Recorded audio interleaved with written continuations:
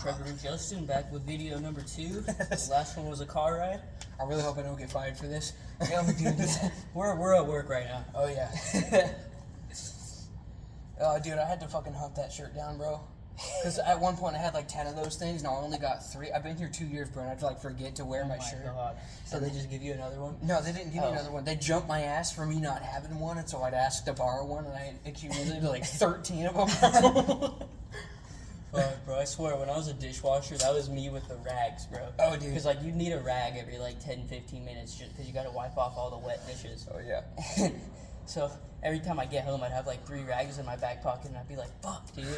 And then I'd also realize that I have the white fucking work shirt on. God and I'm like, damn, bro. Dude, working at Zany's, fucking, so they used to have, like, this clam chowder stuff, the clam chowder from Zany's. I don't know if it's still, like your body changes, like, every 7 years, and it's been about 4 years since then, because I just turned 19 last month. It's kind of crazy to think about, bro.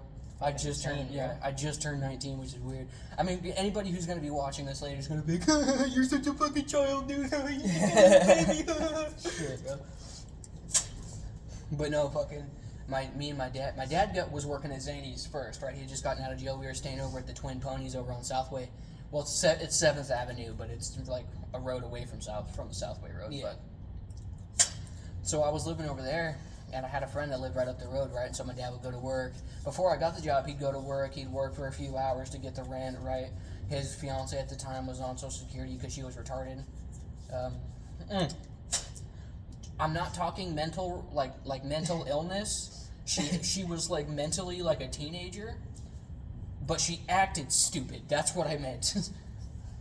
But I know a few like that. I know, dude. See, here's my thing, like kind of like how not Jimmy.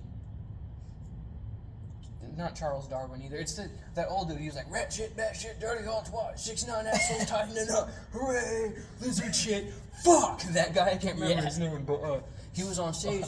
He was on stage, and he was like, "No, you can say retarded." I think I'm thinking of the right guy. He's like, "No, you can say retarded. Now, don't call someone with a mental illness retarded.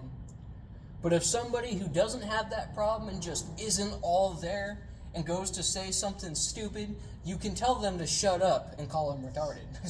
Damn straight. We're gonna get fucking canceled, dude. Can't get rid of me, boy. I'm like a cockroach. We'll keep coming back, bro. We don't die. I'm like cancer. You will win this fight. Oh, God. It's a shame, bro. Kids with cancer, man, they never get old. Do you see, I can make cancer jokes, bro, because cancer runs in my family. My uncle died of lymphoma, and my grandma died of colon cancer, right? So I can make cancer jokes. It's okay. Dude, it was a shame. When I was like 13, I got to watch my uncle die of cancer, pretty much. Damn. Yeah, so we were living out in Lapway, and I lived like a quarter of a mile away, but I was a runner at the time, right? Like when I was in middle school out there, my fastest mile that I ran for track was like a 6:30, or not a 6:30, it was a 6:04 flat, like 6 minutes and 4 seconds flat. That's not fucking bad. For 12 years old. For 12 years old, that's not bad. Yeah, that's about what mine was. Yep.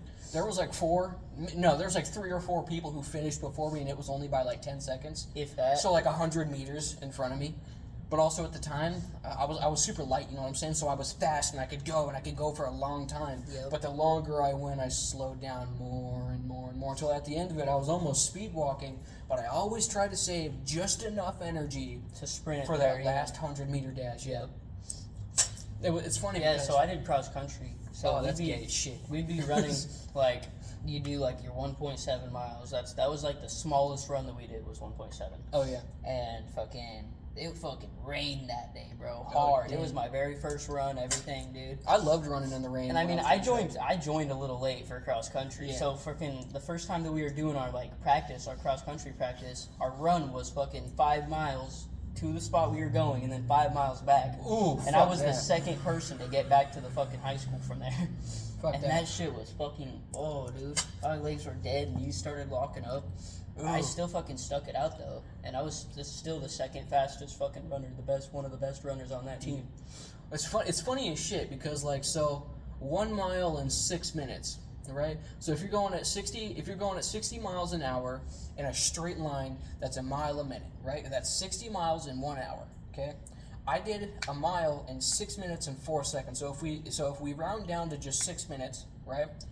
if at 60 miles an hour you're going a mile a minute, if you cut that down in half, you're doing a mile a minute. If you cut that down in half, so if you in a straight line like nothing holding you, you're going at 60 miles an hour without stopping at like the same rate of speed. Okay, nothing stopping you, no turns, nothing not slowing down. If you divide that in half, okay, because this is how it works. If you divide something in half over here, because like during math, right? If you take something here, you have to add it here to keep the balance, right? So if you cut this in half, you multiply this by 2. So that is now a mile in 2 minutes. It's just like the life example. Okay. Yeah. Fucking. What was it? You were the one who said it. So I can't fucking. I say a lot of shit, bro. It's weird. For being you're never gonna get something in life without sacrificing another thing. Okay. Yeah. It doesn't matter what it is, no matter how. Like me getting up to walk to that pole, which is like 10 feet from me.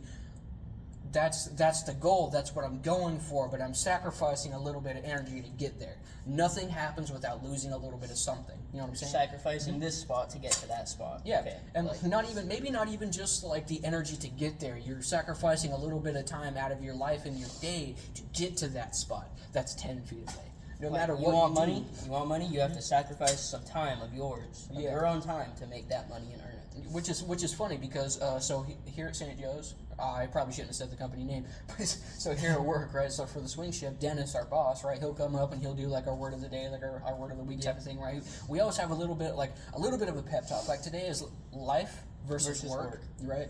And like so, your life is here. Like you got to keep your life here no matter what it is. But then work is here, and you got to have work here no matter what. And you might have all this crazy life stuff going on, but versus work, none of that matters. You got to keep on that work grind. But then at the same time, one of the things that Dennis doesn't say when it comes to like life versus work is so like I hate it when people are like you have to leave everything outside of work. That doesn't make sense to me. Okay, because say in the situation me and mine and Alyssa are in, right? Say we get into a tight financial spot, right? We're like short on money, right? And say like a family member of mine dies. I have my family, like I built my family. We have a home. I have a son. You know what I'm saying? I have my family. We got the 2 dogs, a cat, the bird. I have all this here. The money I get from work has to go here. So work and life go like this, and they contradict each other, right? Yep. But at the same time, they're on the same frequency and work together. They're in the same boat, but are always fighting, right? It's like a rabbit and a wolf, you know what I'm saying? Like they have to do what they have to do to survive, even though they're in the same position. You know what I'm saying? And so, like, when people are like, well, you have to leave your outside of work stuff outside of work, doesn't make sense to me, right? Like I get it to an extent, but at the same time, your life affects your work. Say like I break my fucking leg, I can't show up to work for a little bit now, so my life affects my work. And say I get hurt at work and break my arm at work, right? I might get workman's comp and get paid for an injury at work, and we might lose our safety days. But there you go. My life, my work life, just now affected my social life. Because now that I'm missing work, my home life and outside of work life is now affected by what happened at work. Yep. Everything kind of works together in the same group, which is why I say balance is everything. Like, oh, yeah. You have to balance your life if you want to get anywhere and have anything. Trust my judgment. Damn straight. I feel like that was a very good, pull back to what our podcast name is. Very good. No, fucking... I feel like if we wouldn't get in trouble for it, I'd go over to Matt's right now and get the pen. Oh, 100%. Oh, 100%. Well, see, I can't. I got laced with fentanyl. See, it's weird, bro. Because I used to be the biggest stoner, bro. I could smoke all day, every There was day. not a single time that I would see you. And I wasn't fucking weed. stoned. It's I used to work for a dude who grew weed. I had weed, I had shrooms, I had alcohol, I had fucking everything, bro. And then I got laced with fentanyl one time and almost died. Dude, it was fucking weird. it was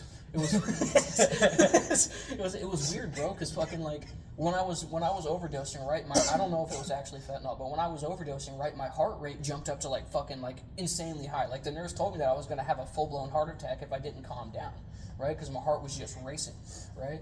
Well, every time I have any THC, edibles, the drinks, the actual smoke from burning the plants or the dabs, right.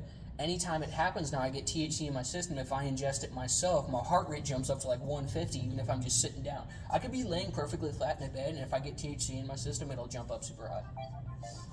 You want to walk over to the corner real quick? Yeah, there's one.